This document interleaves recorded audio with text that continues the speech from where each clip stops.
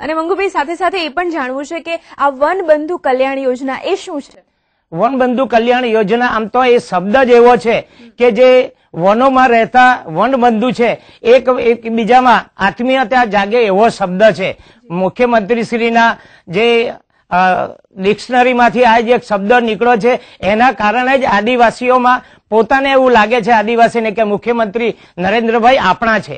શું ફાયદા થયા છે આદિવાસી? એમાંથી આ ખાસ કરીને વનબંધુની યોજનાની વાત કરીએ તો અમે આખા ગામે ગામ ફરીને આખા જિલ્લાના જે સંમેલન કર્યા છે 3065 જેટલા ગામોમાં આ વનબંધુ કલ્યાણનો રથ છે તે નીકળ્યો છે પાર્ટી અને સરકાર બંનેના સહયોગથી. અને એ જોઈએ તો આજે આદિવાસી વિસ્તારમાં 15,000 કરોડ રૂપિયા આમ જો કહીએ તો અત્યાર સુધી 1960 થી ગુજરાત સરકાર ચાલે છે તો તેમાં નરેન્દ્રભાઈ મુખ્યમંત્રી બન્યા તે પહેલા આખા ગુજરાતમાં જે પૈસા આદિજાતિ કલ્યાણ માટે જે પૈસા વપરાયા હતા એ 6,500 કરોડ વપરાયા. ખાલી નરેન્દ્રભાઈના 5 જ વર્ષમાં 6,000 કરોડ રૂપિયા વપરાયા. એનો અર્થ ટોટલ કરીએ તો 12,500 કરોડ રૂપિયા વપરાયા છે અત્યાર સુધીના 45 વર્ષમાં.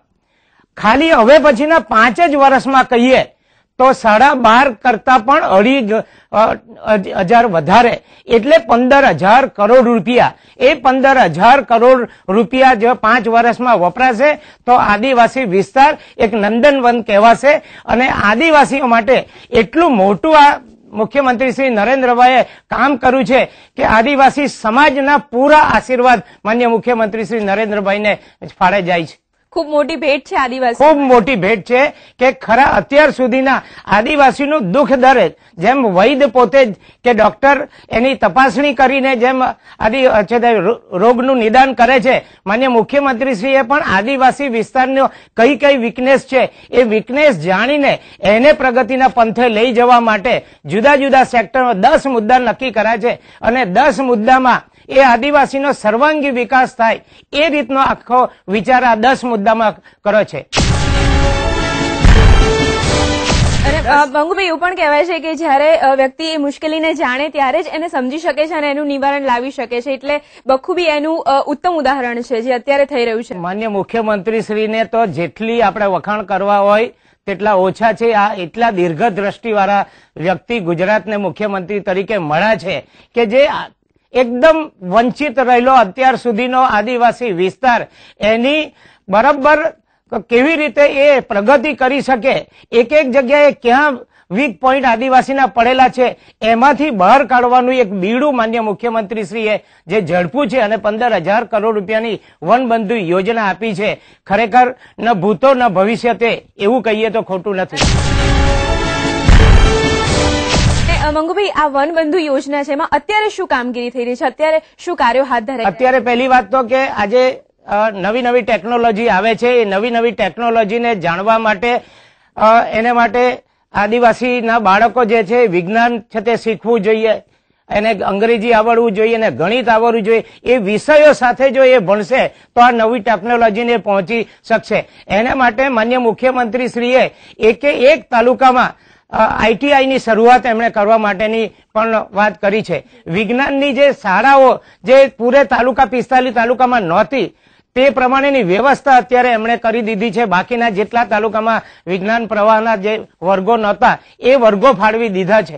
માન્ય મુખ્યમંત્રીશ્રીની આ યોજનામાં એવી પણ વાત છે કે જે medical college, engineering college, nursing college, polytechnic college આ બધી કોલેજો પણ શહેરમાં આવે એના જગ્યાએ આ 11 જે જિલ્લા છે તાલુકાના મુખ્ય સ્થાનો છે એ જગ્યાએ આવી કોલેજો સ્થાપીને ત્યાંના આદિવાસીઓ સીધા એ કોલેજમાં દાખલ થઈને ઉચ્ચ શિક્ષણ મેળવે, ગુણવત્તાવાળું શિક્ષણ મેળવે એવું પણ આ 10 મુદ્દામાં એમણે આખું આયોજન કર્યું છે.